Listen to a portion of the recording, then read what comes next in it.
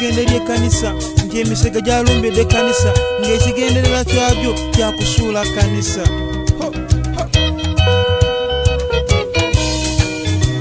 Wateeka bassebo omutima gwo, wateeka bassebo omutima gwo eri Yesu oba wa Setani. Buuza nti oweereza ani oba oli munyazi. Wateeka bassebo omutima gwo, wateeka bassebo omutima gwo eri Yesu oba wa Setani. Ambuuza nti oweereza ani oba oli munyazi. Kaaba munge ndiga tulabe ggwe, kaaba munge ndiga tulabe ggwe, katukubikule kubanga tekimala, katukubikule ffe tukakase, katukubikule naawe tukakase.